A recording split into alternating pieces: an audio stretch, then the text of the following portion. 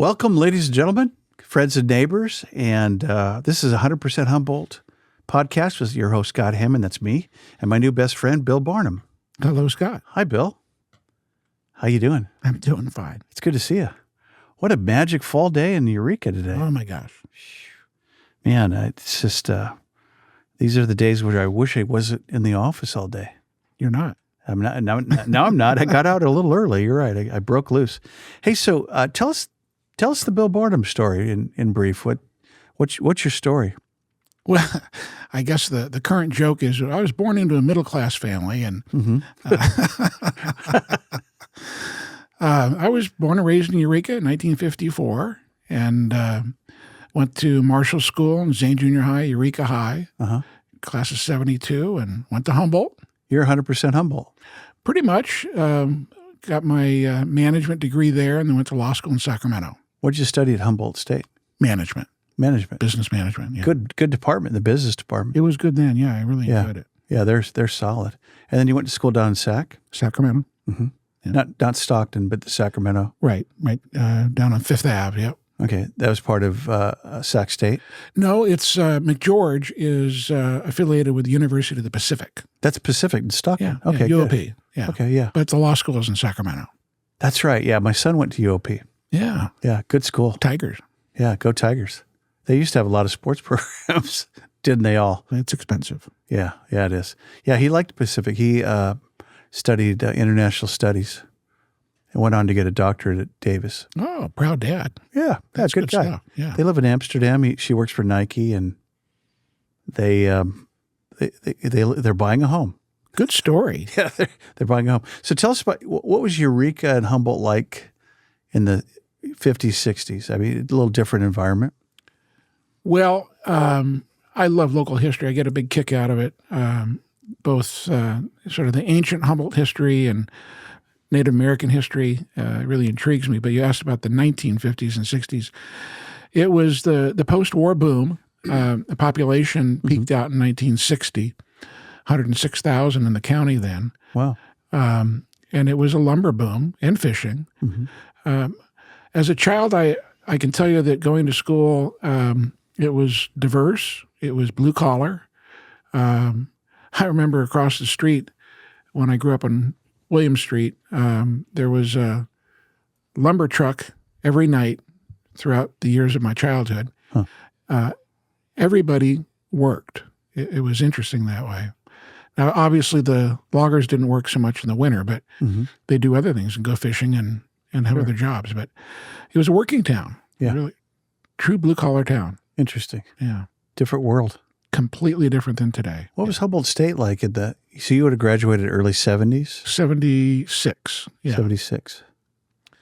Humboldt, of course, it was Humboldt State when I was a kid, and it ran about 4,000 to 5,000 students then in the 60s.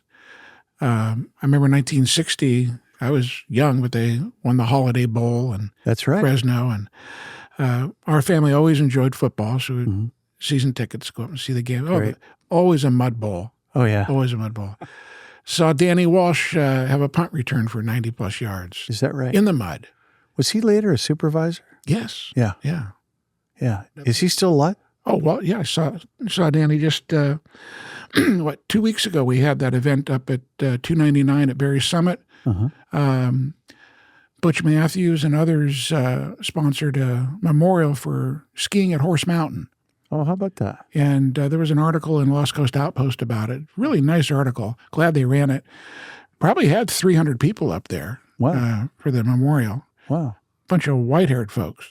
Yeah, Johnny and I call that our tribe. Yeah. We'll go up to a concert in Oregon. Hey, look, our tribe's all here. That's it. All the gray hair people. That was our tribe. Yeah. And Danny Walsh was there.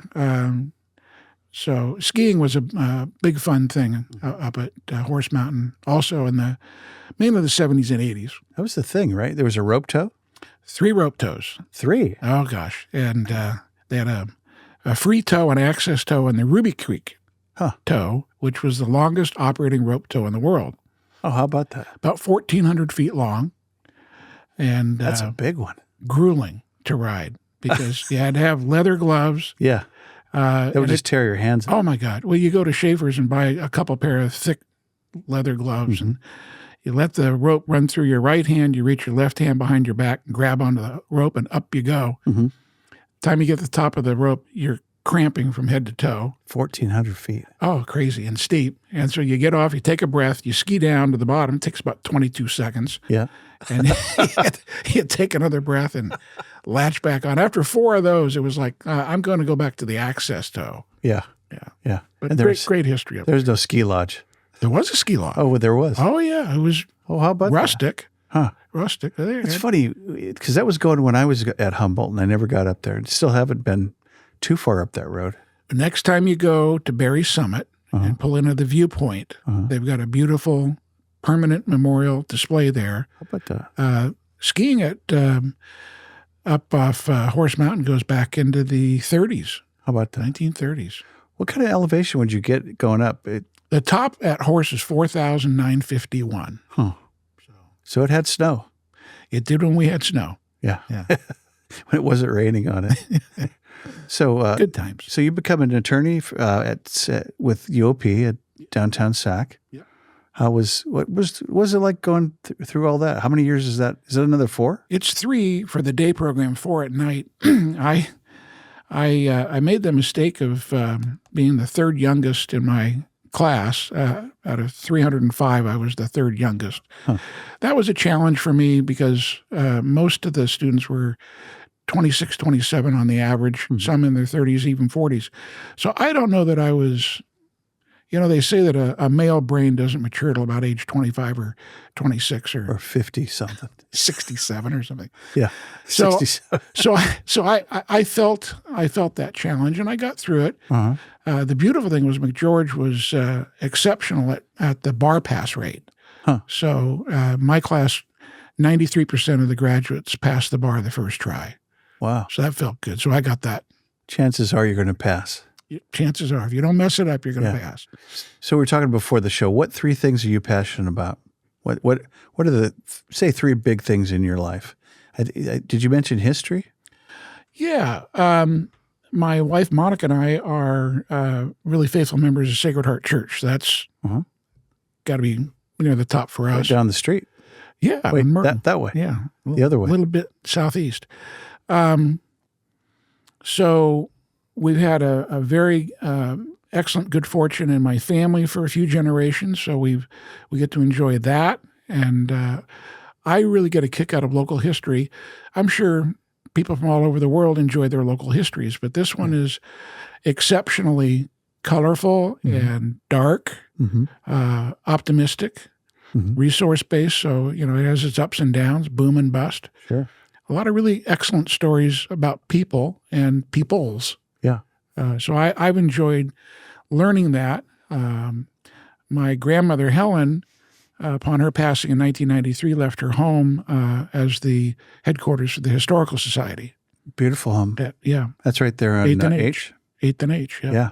That's quite a house. Yeah, so our whole family's been history-oriented, put it that way. So you were born into kind of the love of history. Yes. What's a couple of favorite quick stories? What are some good stories about her?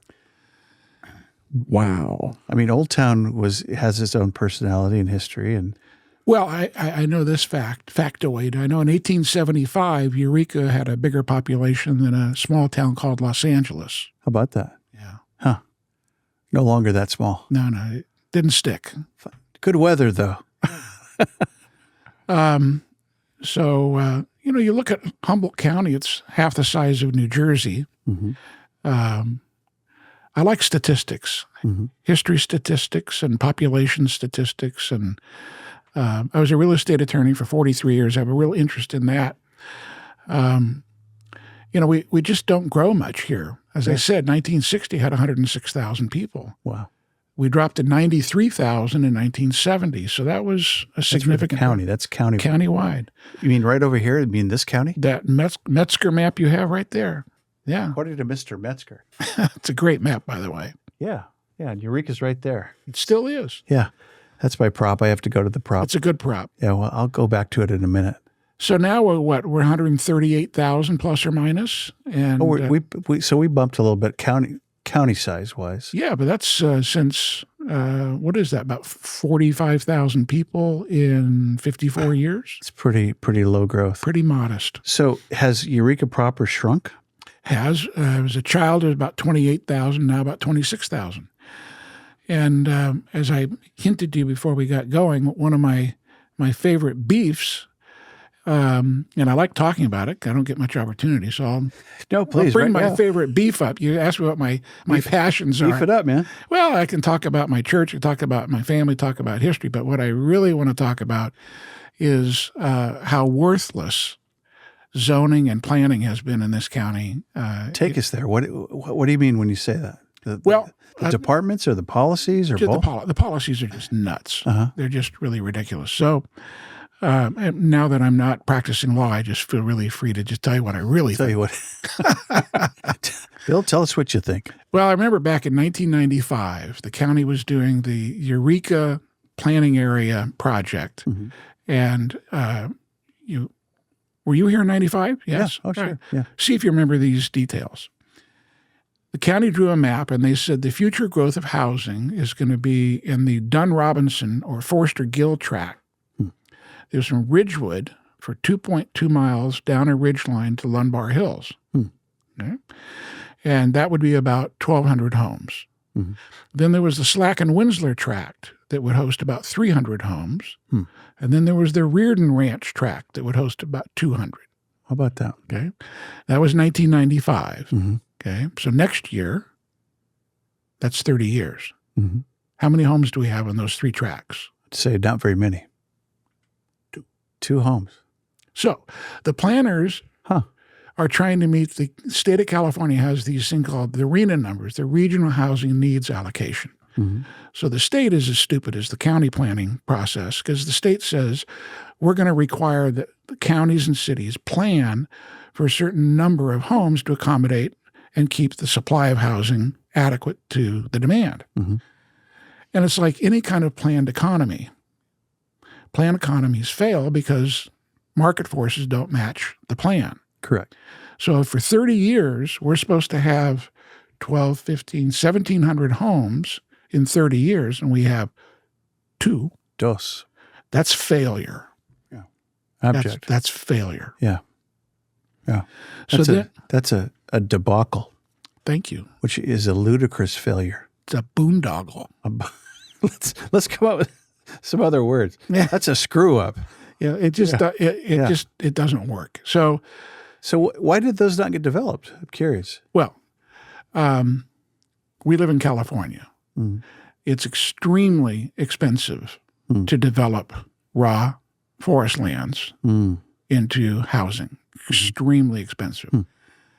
I'm not going to give you my sources because I'm not under cross-examination, but I can tell you that right now, if you bought a tract of raw land and you wanted to build a building lot, you'd have the price of acquisition of the raw land, and you're going to spend between $80,000 and $100,000 supplying utilities as required by code and street, curb, gutter, sidewalk, all that. Yep. So let's say you paid $100,000 and you got to put 80 into the infrastructure. Wow. You're at 180. I'll tell you a little story. Monica and I were driving on E Street south of Henderson Center January 2 years ago. We saw a little cottage with this sail out front. The lot was substandard size. It was 5,625 instead of 6,000 square feet. So it's non-conforming. The cottage is like 800 square feet, pier and post. Sure. Built in the 20s, needs some work. Needed some work because it was boarded up in plywood. Jeez. It was a drug house. Yeah. EPD shut it down. So I called on it. I said, that'd be interesting. Maybe we just scrape that off and put new construction on it. But I want to know what they would want for it because I got to spend $20,000 removing the structure. So what would the lot price be? Not for a standard 6,000 foot lot, but for a substandard lot. So I called up and they said, well, the listing price was $199. We've had 14 showings. We have multiple offers above asking. It's an auction. Now, you wonder why housing's expensive in Humboldt and Eureka? There's no land. Yeah. There's no land. Yeah. It's extremely expensive to develop. Mm-hmm. Mm-hmm. There's a rule of thumb in the construction trades that a finished spec house sells for 4 times the developed lot cost. Okay. $200,000 for a lot, $800,000 for the spec house. So where's the market for $800,000 homes? Not there. Not there. Did you know that the average house in Humboldt County, I'm 70 years old, the average house in Humboldt County is older than I am. That's a stat, actually. That's interesting. The average house. 57,400 or so homes in Humboldt County. Huh. And the average house is older than Bill Barnum. How about that? A 70-year-old house is not. It ain't the code today. How were those built, you know? They were built with beautiful full-dimension wood. Yeah. So they have good structures. They go through many, many earthquakes. And they have knob and tube electric. So unless they've been upgraded. And of course, many are. But yeah, there's your housing stock. Huh. So then, you and I both know you get people that move here from L.A. or the Bay Area, and they sold a house for 1.2 to 2.5. Mm-hmm. Come up here, they can buy whatever they want to buy. But it's not a huge number, but it is a number. Yeah, it is. And I think you're so on track here because we've had so many guests that have talked about the 3 H's: health, homelessness, and housing. Mm-hmm. And the housing thing, maybe that's at the top of the list. Went to the economic summit yesterday. Yeah. And they're all talking about, hey, wind power, they're coming here, Vineyard Wind or whoever they are. And we'll see. We'll see. We'll see. And the Nordic Fish Farm guys, and are they from Denmark? I'm not sure. Anyway. Scandahuvia, yep. Dad used to say Scandahuvia. He's a Scandahoovian. Where's that? I am. I'm Norwegian. Norwegian. Yeah. Hey. Brother. Olaf. Skål. Skål. We digress. So the housing thing becomes super important because these guys are going to come and need jobs and have housing needs. And I think our britches are down. I don't know how they're going to pull it off. 5 or 10 year plan to put another 3,000 or 4,000 homes in. Another Eureka planning area plan, right? Another good 30-year plan for 1,700 homes that. Tell us what you think about that. Turn into 2. Yeah. Just 2. So is there a plan now? A new plan? Oh, heck no. Okay. Oh, no. We're still operating on the strength of that 1995 Eureka planning area. Gravy. And nobody wants to touch that kind of land because it's too expensive. I remember I went to a public hearing about that in 1995. And I had just gone to a funeral of a close friend of mine before the hearing. And I showed up at the hearing pretty emotional. And I remember going in there and saying, if the county would simply stop zoning, just stop. Don't zone anything. Mm-hmm. And let people build homes wherever they want to build homes, you might get some housing. But if you try to control housing in the future like you're trying to do right now, you're not going to get housing. Yeah. And 30 years later, 2 houses. Well, so I'm inferring that we're set up for failure here. Yeah. That if we don't have health care, we don't deal with crime and homelessness and things of that nature. Right. And we don't have housing, mostly housing. I mean, where will folks stay? In the mountains and Redevelopment and Trinidad? That's prohibitive to live there. Maybe. To ask the question is to answer it. And if I were an investor in the $300 trillion offshore wind project, even if you're paying your people $100,000 a year or $150,000 a year, there's no place for them. Yeah. Where do you put them? I mean, it's irresponsible to make an investment like that. Well, let's argue this. So you put them, you buy the house downtown, somewhere in the middle of town, and you displace a working blue collar family, and then and then where do they go? They go down the food chain, perhaps, and they sell, and they're renting, or they go buy something smaller, and it's a trickle down thing. I'm thinking that eventually that your lower middle class folks are going to be squeezed, hurt. Yeah, we didn't even talk about the poor yet. Right. Yeah. Yep. And by the way, rents are going to go up all the time. They have to. Yeah. Wow. Dark. How cynical can we get here? Well, no, it's pretty cynical. it seems to me that if you take a view of history and you look at what has been mismanagement of our county and cities, even this thing, obviously, I get a little bit of dark humor happiness out of what's going on with Measure F. The elected city council members, respectfully, I don't think they understand what the people in the community want. They have an idea that they want. I also charge the state of California with those stupid RHNA numbers, the Regional Housing Need Allocation numbers. And there are communities within communities, and one of these is the middle and low income building community, and they have interest in lobby and they want opportunities. So the idea of taking these parking lots that are owned by the public and turning them into 5 to 7 story apartment buildings is for, well, we'll find out on election day, but certainly a large minority, if not a majority of local people would prefer to keep the parking available for the vitality of downtown and Old Town. History again. My dad, Bob, lived to be 95. In the 1950s, he was on the Eureka Parking Place Commission. Parking Place Commission. And they looked at dilapidated Victorian-era buildings from the 1870s and so forth. They were just failed buildings. Sure. And they floated a bond. They bought them up, tore them down, filled them, paved them, and made public parking lots. The purpose of which was to support parking, what they then called the North of Fourth Association, before we had the Old Town moniker. Downtown was thriving. So the Bistron family, the Daly's family, there was a lot of investment, a lot of employment, and adequate parking. Sure. But North of Fourth needed that support. Now, in the 70s, beginning of 72, 73, we did the redevelopment for Old Town, and there's many, many millions of dollars invested in retail and office space in Old Town and downtown, and those parking spaces are for them. We have most of our social gatherings in Old Town. Sure we do.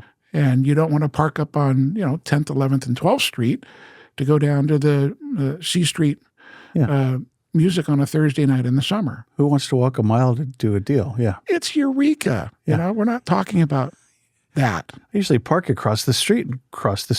Yeah. Well, go down. If I go downtown to buy a mocha at Old Town Coffee, if I got to go around the block 3 times, Angry. I'm going to go to Jitterbean. Hear that, Rick? Well, I'm going to Jitterbean anyway. Chris? That's right. I just was before I came to see you. So they're great. They're great. It just strikes me that the idea of building the apartments on those 9 parking lots is not a great idea. That's, many people agree, many people disagree. We'll see what happens. Seems like, Humboldt's played it right with the new dorms. They're going up, what are they, 9 stories? They're pretty big. No, those are... are they 12? 5 to 7.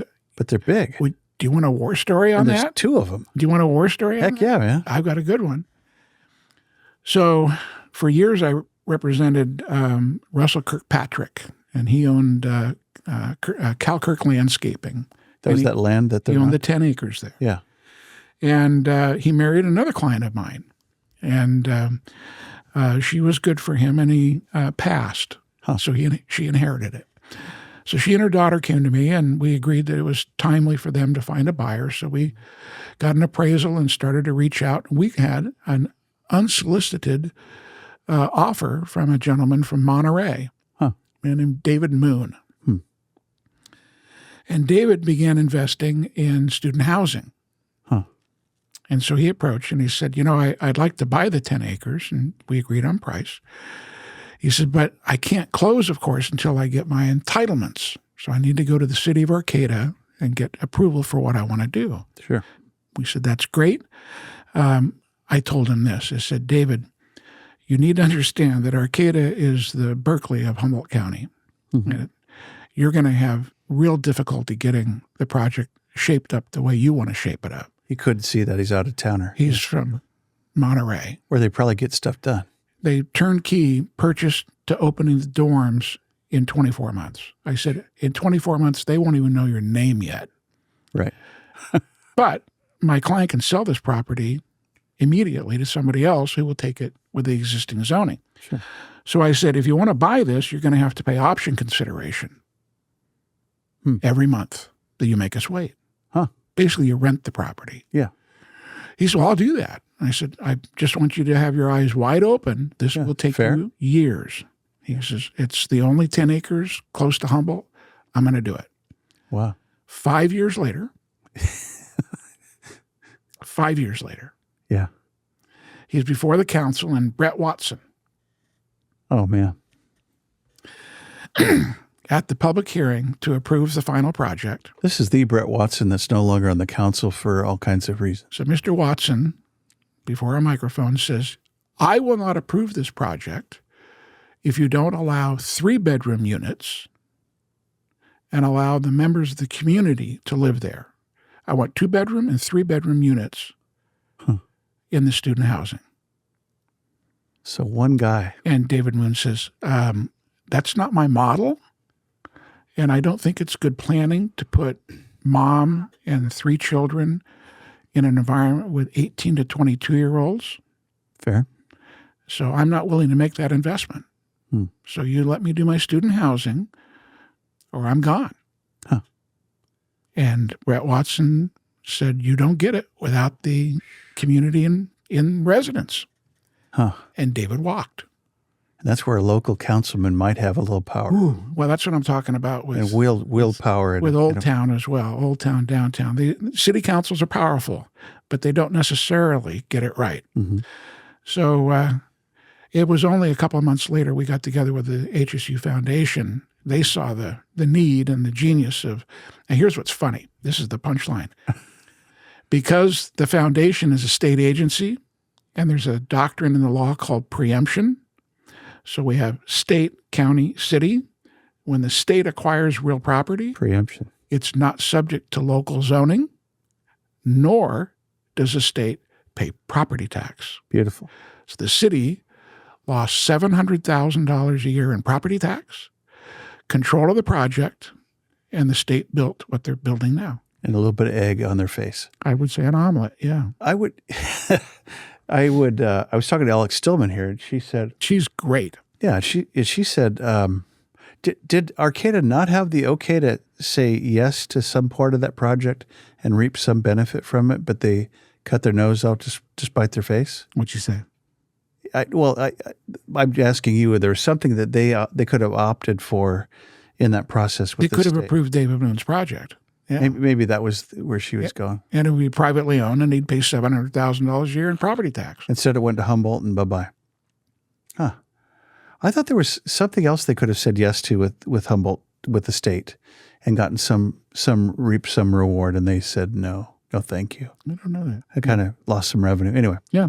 So same idea for Old Town. So if F passes, they build apartments.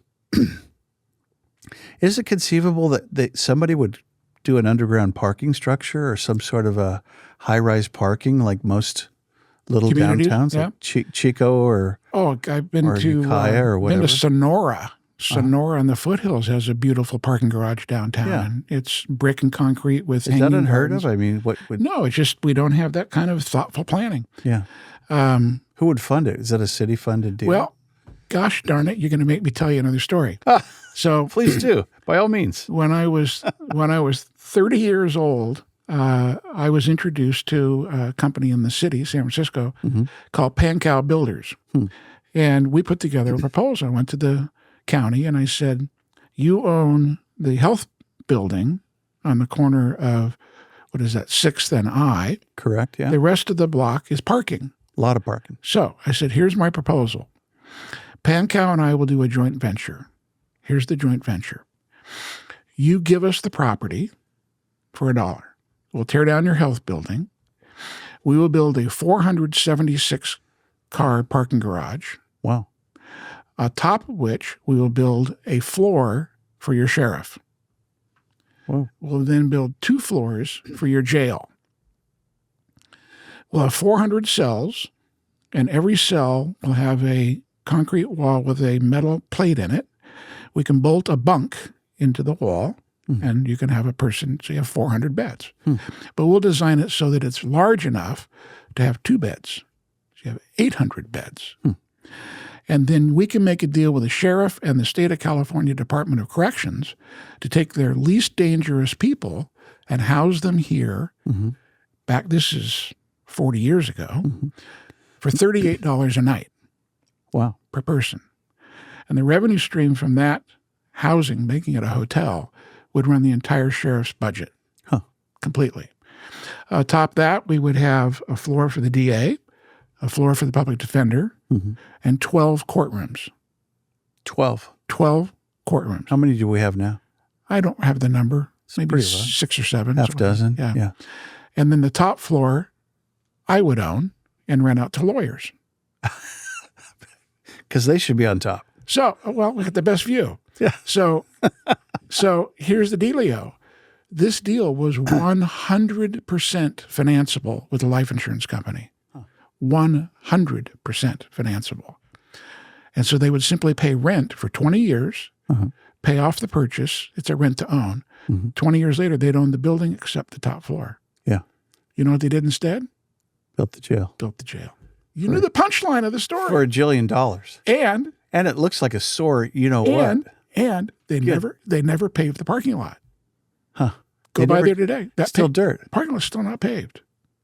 After how many years? Close to 40. Dang. And the thing's an eyesore. Oh, my God. What do they call it? The Pink Hilton? I've heard worse. Yeah. Funny story. My State Farm office, the Pinocchio building was located over there. It was, Jay. You're a historian. I was in that building. Yeah. Oh, you were? There was a law firm in it. I did not know that. Yeah. Huh. Where it is now, where I am? 7th and G? No, over on J Street. Before it got moved. Yeah. They shut 101 down on a Sunday and hauled that thing over. Yeah. Cool building. Goldan and whoever else. Joe Frazier, maybe. Joe Frazier. Yeah. Nice guy. Like both those guys. Well, that's a great story. So 3 big things. Didn't happen. So we caught at least one big thing in your life. That's history. 2, you mentioned family and church. I think that came through. What are you passionate about there? Whoa. Well, I met Monica at Mass, and so you're asking about my heart, so sure, yeah, absolutely, is that okay? Oh, it's fabulous. It's where you live. It's everything. Yeah, and your wife seems super nice. I barely know her, but well, she's long suffering, but she's very nice. Yeah, she's taller than you, so there's something. Yeah, she's the 12th of 13 children. Is that right? Yeah. Are they Catholic? You think? The Cruz family, love the family. Yeah. The local Cruz family. Yeah. Okay. The Cruz plumbers. Yeah, that's her brother Dan was in that biz. How about that? Yeah. Okay. Great family. Small world, isn't it? Yeah. Really small. And that's Portuguese. Yeah. Yeah. For Azores? No, mainland. Oh, how about that? Yeah. Because most everybody in Ferndale Arcade is Azores, right? That's right. Azorean. Azorean. Yeah. Haven't heard that one. Yeah. Are you Azorean, Nick? I don't know. We come from out there too. I'm not sure. Somewhere out there. Somewhere out there. You know, he's right. The islands, let me show you my map. Yeah. Your prop. The islands are 500 miles offshore from Portugal. It's a boat ride. It's a big boat ride. Yeah. I had no idea I thought they'd just be Catalina. They're like way out there. Yeah. I haven't been there yet. Been to the mainland. Yeah. Oh, I bet it's gorgeous. Yeah, we went to the little village of Aurelio. Arehlo, Aurelio. And it's fascinating. It was on a little knoll, sort of like Humboldt Hill, not quite as steep, over a bay. They called it a lagoa. And then the Atlantic Ocean with the waves breaking on a spit like Samoa. I mean, it was eerie how similar the view was. Huh. And so the great-grandfather came over first, which was common. And then while he was gone, the great pandemic of 1918 hit. And he lost a child during that. Oh, geez. So his wife had to stay, bury the child, and eventually came and joined here and made more babies. Wow. I like the joke in my family is we have 9 kids, and I say I'm Mormon and she's Catholic. Yeah. Yeah. That's neither are true, but it's kind of funny. Opposites attract, I guess. I guess that would be true. Want to talk about Barnum and Barnum family and lumber, and can we go there? Well, yeah, a little bit. I like telling my grandfather's story because he was He was born, well, even better than that. My great-grandmother, who I knew, was born in San Francisco and left in an orphanage. Huh. And a local judge here, back in those days in 1880, they had a Superior Court judge and they had a Justice Court judge, and then he was a police judge. Huh. So a police judge dealt with the bums and the petty thieves and so forth. Like so you see on TV, the guy, the night court. it was busy for Judge Dixon. But anyway, we have a manifest that he and a friend, male friend, took the Pomona, the steamer Pomona, to San Francisco, picked up an infant female, my great-grandmother, brought her back around Cape Mendocino. No mention of a wet nurse. Don't know how you take a months-old baby back around Cape Mendocino. Wow. Raised her to age 17. Mm-hmm. So things were different in 1897. Mm-hmm. Yeah. I'll say. A little different. Yeah. Horse-drawn. This is your grandmother now. Great-grandmother. Great-grand. Okay. So she was courted very briefly by a young man from Astoria. They married, and my grandfather was born. Unfortunately, my biological great-grandfather had some character flaws, including the wet one. So he got a little abusive, and she said goodbye. Came back to Eureka and married Fred Barnum. How about that? So my grandfather was born Charles Robert Brown, and he became Charles Robert Barnum. He had a exciting childhood. She had 2 other children with Fred, 3 actually. One passed away. And Charlie was ambitious. So at the age of 12, right after school let out first week of June, he hopped the freight and went to Fort Seward. Which is Soham. Soham on the main stem of the eel. Okay. This is before 1914. We didn't have the... Right over there on the map. Yes. Yeah, it's right down there. You could see it from right there on the map. So he wrote his mother a letter, and we have the letter, and it's in perfect cursive. Dearest mother. How about that? I will be spending the summer at the so-and-so family truck farm here in Fort Seward. I arrived by train. I'll return the Monday, Labor Day, to return to school in the fall. Have a great day. 12 years old. 12 years old. What was he doing? Was he working lumber? He worked the truck farm. What does that mean? Well, corn, radishes, carrots. A truck farm. You've heard the expression? I barely. Yeah. I'm from Iowa. I should know that. Well, you guys had ginormous farms out here with truck farms. They're combine farms. Yeah. Here you think about the tradition at Redcrest and Shively and the corn. Pepperwood. Yeah, those are truck farms. So he just the folks that come down here for the farmers markets. Were you telling me that at CR, that you go to CR and you score at the farmers market on Tuesday? Somebody was telling me about that. Wasn't me. But they said it was amazing. Oh, it is amazing. They go down there and they have boxes of beautiful tomatoes. Oh, yeah, they do that. Corn. Tuesday in Old Town, Thursday Henderson Center, and it's really part of our culture. There's that one, yeah. This is actually specific to CR. Ah. I don't know. We'll have to look that up. So Charlie, 12 years old, did that. He came back, and of course he finished Eureka High and went off to the Navy in peacetime. And this is in the 20s, after World War I, before World War II, and he was a prizefighter. How about that? So he got so good that the admiral in the South Pacific would arrange his fights. So he would go from island to island in peacetime in the South Pacific and just knock people out. Yeah. So I asked my dad about that. He was good at it. What was his technique? And he said, well, your grandfather, he would just jab, jab, jab, jab. He'd jab a guy 30, 40 times. Pretty soon, all the guy's looking for is the jab, and he gives him a right cross and knocks him out. He's finished. One shot. Huh. So that's a good story. Scrapper. So he comes back in the late 20s and starts his family. My dad was born in 1927. My grandfather was the Oldsmobile Willie's Night dealer. Willie's Night. Is Willie's Night a brand, or is it 2 brands? It was Willie's Night hyphenated, and then later Willie's Jeep, right? Here in Eureka? Here in Eureka is an Oldsmobile Willie's Night dealer. What was the dealership called? I don't know that. Huh. I just knew it. That's the history I've heard. But Oldsmobile, you don't think of that car anymore. No. Willie's, I barely know what that is. Yeah. World War II. So he was in the business until 1932. How about that? Went broke. Huh. Depression. Had a family of 4 children. Broke. Huh. Scary times. Oh, yeah. So he went into Old Town. There used to be a print shop there. Lambert McKeon Print Shop. Sure. He made up 500 business cards. Charles R. Barnum, timber broker. What? But was?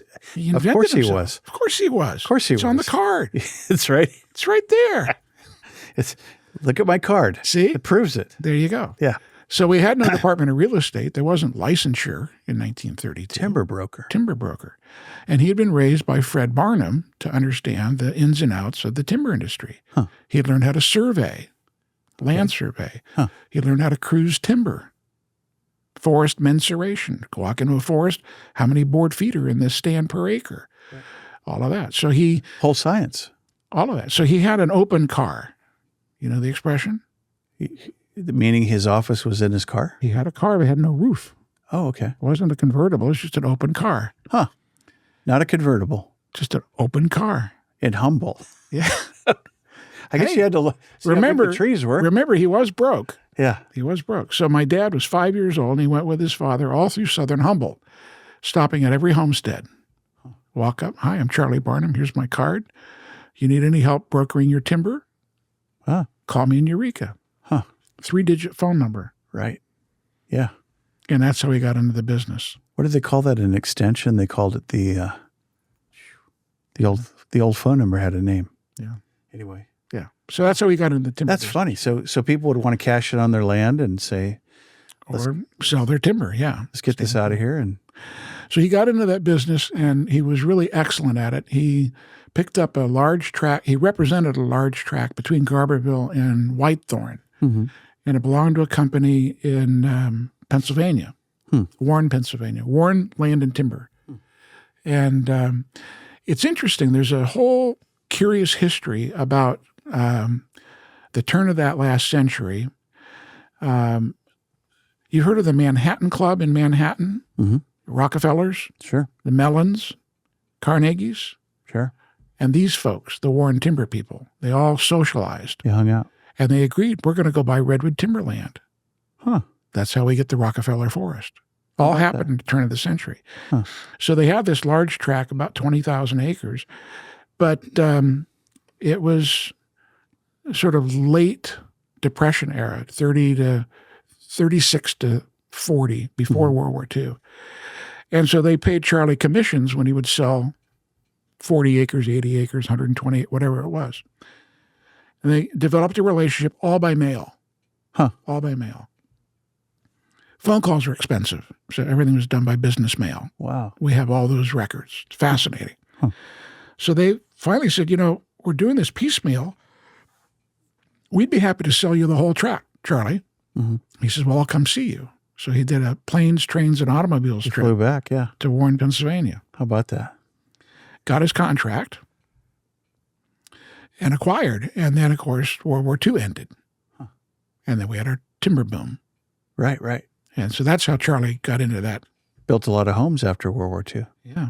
So we've been in the timber business since the 30s. How about that? Yeah. With that, Grandfather, my father. did it start with that tract and then he bought others from there? Yeah. So as he's profitable. So this guy was a hustler. He was a worker bee. Yeah. Yeah. Huh. Wow. And just expanded the estate. Yeah, my dad did a lot of that. My dad was very active beginning in 66 with Ronald Reagan. He was campaign chairman up here. Reagan had an informal group of business people in 65 and 66 called his kitchen cabinet. Have you heard that expression? Sure. Yeah. Bob, my dad, was in that group. And we had Reagan in our home twice for fundraisers up here. How about that? Yeah, it was a neat part of my teen years. And parents got to go to 3 conventions and That's cool. really, yeah, they really enjoyed that time. I had lunch with a fellow that persuaded Reagan to run. Really? He was a guy up here. He's on, I forget his name and how he was associated with Ron and Nancy, but he was in their home in Santa Barbara, wherever. Yeah, or Palisades, yeah. Wherever they lived, and he was active in saying, "You got this. You can make a run." And he tipped him over, and he ran and won. Cool. Yeah. Well, yeah, of course, he ran for governor in 1966 Yeah. against Edmund Pat Brown. And he Beat him lost. by 1 million Did he win votes. or lost? Oh, he beat him. That's right. Beat him by 1 million votes. And then won again in 1970. Right. He almost got the presidential nomination in 1976. Huh. At that convention, it was the Kansas delegation that caucused late because they were going to be the break-even. Yep. And they gave it to Ford. Oh, okay. Who ran against Jimmy Carter. Right. Loser. And and Jimmy turned out to be an okay guy. So tell me this: what do you see as our challenges and opportunities for the county going forward? In your mind, what are the top things that come to mind? Well, the beautiful thing is that we are still living behind the redwood curtain. Mm-hmm. We still have this amazing gift of forest lands. We're 3,600 square miles, temperate rainforest. It's an amazing gift to the community that we have this available. We don't have the economic diversity that we used to have. When I was a youngster, we had 300 sawmills. Right. Now we're down to about 5 or 6. So it's pretty marginal. Our market forces are not real market forces. You want to have 10 to 15 bidders if you're selling logs. Yep. We don't really have that. But we have families like the Schmidbauer family making significant tens of $1 million investments. Mm-hmm. There's a new investor from Seattle coming down who's going to be investing tens of millions of dollars. So the resource is here. My dad liked to share. My dad was on the State Board of Forestry in the 70s. He was very knowledgeable about this industry. And he likes to say that there's more standing timber in Humboldt County today than there was in 1900. Wow. Huh. In terms of board feet? Exactly. Uh-huh. There are more stems per acre because when you cut a redwood tree, you get stump sprouts. Sure. So you get more stems, but the total volume of standing timber, especially in the commercial forest lands, is more than it was in 1900. How about that? Yeah. Huh. That's a lot. So it's an amazing resource.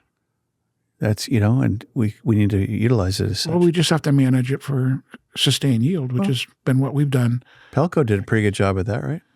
Palco did a good job. Hurwitz did not. Mm-hmm. Hurwitz was a looter. And, that's part of the risk in this business. You get he was a looter. People come in and loot. Yeah. The folks at HRC, MRC, I think, do a better job of managing their lands. And Green Diamond does a fabulous job. They're stellar, are they not? Yeah. My family's been investing in some of our Douglas fir forest lands. When we cut the Douglas fir, we're planting redwood, and the redwood is outperforming the fir. How about that? Huh. So that's part of what we hope to leave as a legacy is we're expanding the realm of the redwood. Okay. Yeah. Like it. What was fun about practicing law, by the way? You got any good stories there? Well, yeah. How many years? 40? Well, 43. 43. Yeah. Well, it was fun because, like in your business, every day is different. Mm-hmm. You don't know who's going to call. You don't know who's going to walk in. You have to make judgments about what cases you take and which ones you turn down. Sure. I wasn't a great judge of some of my early cases, so I had some spectacular losses at jury trials because I led with my heart and not with my brain, but you sort of learn by failure that maybe I shouldn't take that case. That's how we learn. But I really enjoyed it. When I focused on real estate and litigation and real estate, I just really enjoyed the work every day. Yeah. Nice. Probably you've helped a lot of people and your name. It was tremendous. Yeah. Yeah. No, I love it. So let's talk about legacy and what you want to be remembered for. And before we do that, we almost forgot to do the quiz show. So here we go. Okay. All right. Bill Barnum, for $100,000 and a candy bar, what's your, you get to take Monica out to anywhere you want to go in the county. Where do you go to dinner? Well, we go to several places. Let's see. We used to love Oberon. So Oberon, we do campground. We do 511. Mm-hmm. We do Moonstone Grill. Yep. We do Larapin. Sure. Don't get to Larapin as often as we'd like because it's a bit of a trip. Journey. Bembo Inn. Yeah. Yeah. Just Benbow's terrific. Yeah, we have wonderful choices here. Yeah. Yeah. Yeah, well, that's true. Okay, question 2. You get to go out for coffee, and you get anything you want to drink. Where do you go? Well, I am a mocha fetishist. I have to have my coconut milk mocha. Coconut milk. That's the Coconut first milk I've heard of that. Well, I'll tell you why. I like a coconut mocha. So I've been married with Monica 19 years, and you go through your health studies and your blood tests and stuff, and she goes, you've got some lipid problems here. Maybe you should change from cow's milk on your mochas and get coconut milk. And she's very bright, and I said, I'll give it a try. And it's good. So I did it for a year and took my blood test, and my HDL, the high density lipoproteins, tripled. It tripled. Tripled. Are those the good ones? That's the good ones. That's the hard density stuff. So go to the internist and get my exam. He goes, what happened here? I said, coconut milk mochas, dark chocolate, coconut milk, little caffeine. Huh. He goes, with that ratio, you can't have heart disease. Huh. So I said, let's keep it going. The next year, tripled HDL, kept that good number. Wow. So there you go. That's the hint of the day. There's coconut milk, folks. Brought to you by the Coconut Milk Get rid of the cow's milk. Association. We're not calves. Yeah. Yeah. That's a good tip. There you go. I So like Jitterbean, OTC, and C. I'd ask this one. Here we go. Where do you go for a cocktail, and what do you have? Well, golly. Or a drink of any sort. Any of the places I mentioned where I can get a cocktail, Sure. yeah, it's for a long time I liked Bombay gin martinis. I sort of got away from that. Last year I got into Manhattans. Uh-huh. I got tired of the cherries. So I get Manhattans without cherries, and this time of year sort of like a gin and tonic or something. But Yeah. Something light. yeah, I enjoy a drink, but I'm not doing many. Yeah. Well, men of our age, advanced maturity. Man. Yeah. Well, good job. So you asked about this question you love to ask people about your legacy and all this stuff. Tell us. Got a ready answer for you. I'm ready. What would you like to be remembered for? Scott, nobody cares. Nobody cares. That's a good answer, actually. No, really. Just so I looked it up. I was born in 1954. Uh-huh. I'm already on borrowed time. Yeah. Born in 54, 66.7 years. I'm 3.3 in. I'm in the lightning round. I'm getting extra years. When you say 3.3, what does that mean? 66.7 plus 3.3, 70. Yeah. Yeah. So I'm on overtime already. Well, your average lifespan, according to the life tables, is probably 82 or 3. Now. Yeah. Yeah. I checked that. I'll be 85, 86. So I got 15, 16 years if I take care of myself, right? Keep that coconut milk going. Yeah. But really, honestly, Buy those mochas. I love history, love family history. My mom's dad, great stories. Didn't really get to know him much. He lived in New Jersey. Huh. Had other family. Dr. Reuben Gross built the Gross building at 5th and F. Sure.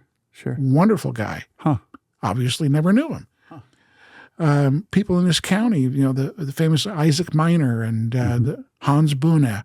Mm-hmm. We know them as historic figures, and we can read about them in books, but we don't know who they were. Mm-hmm. Really, we don't know anything about these people. Hans Buna. Not Hans Buna. Not Booner. Not Booner. Uh-huh. Booner. No, Buna. It's not Giantoli. Or is it Gwentoli in Arcade? It's Gintoli. Gintoli. I like that. Yeah, Isaac Miner. I know where he's buried. Yeah. He's behind the Catholic Church up there in Arcata. Greenwood. Yeah. Yeah, exactly. He had a granite quarry on West End Road. Yes, he did. The only coastal granite. How about that? Yeah. And he used it on the mausoleum. He spent $10,000 on his own mausoleum. In those days. Think about it. That's real dough. Yeah.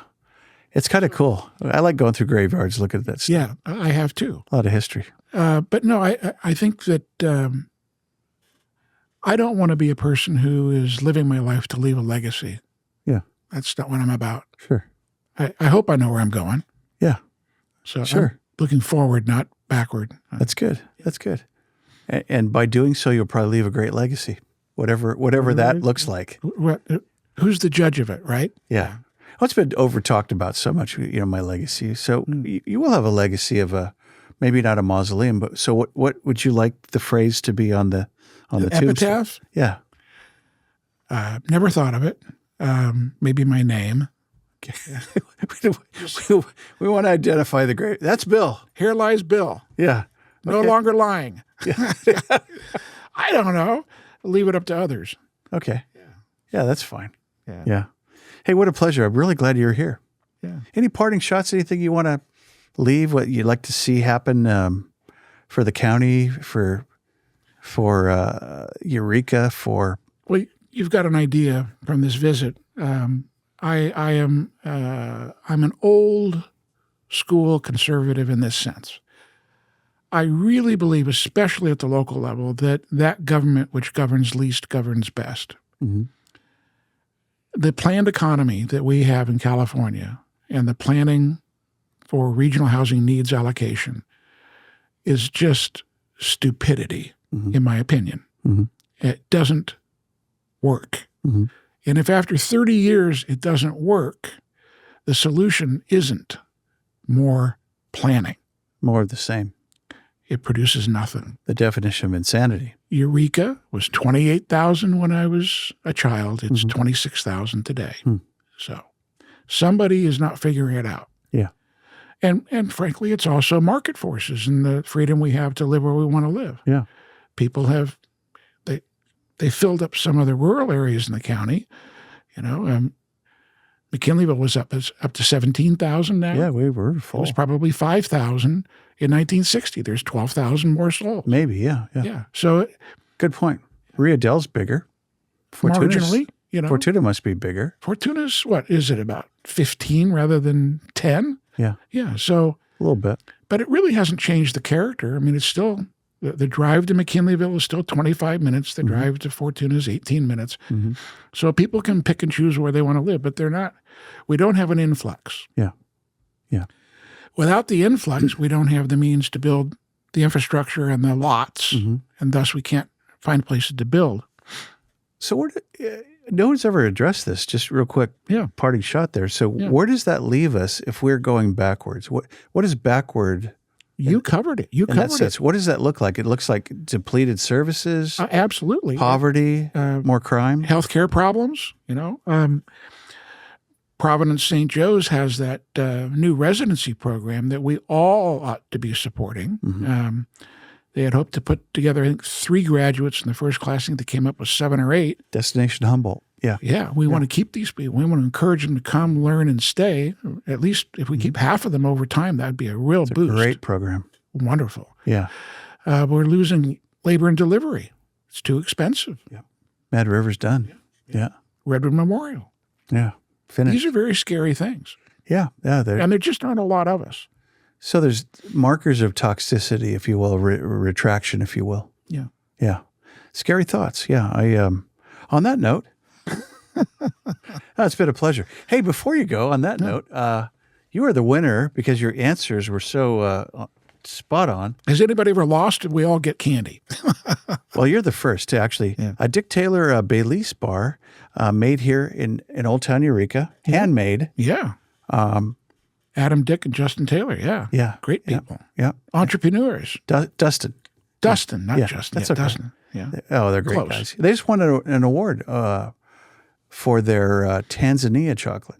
Wow. Tanzania bar somewhere. I think it was Seattle. I don't know where were you guys? Seattle somewhere. 72% dark.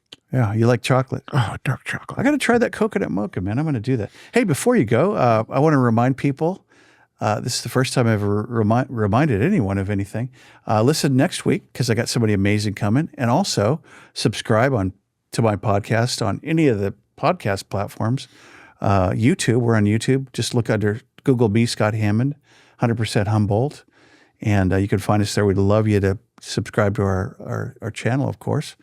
And by the way, major awards for those that subscribe between now and the end of the year, gift cards, dancers, the whole 9. You're going to get an award. So we'll put you in a bucket for that. In the meantime, 100% Humboldt. Bill Entertaining. Barnum, That was fun. you're an amazing dude. Thank you for being here. Got to do it. Appreciate it.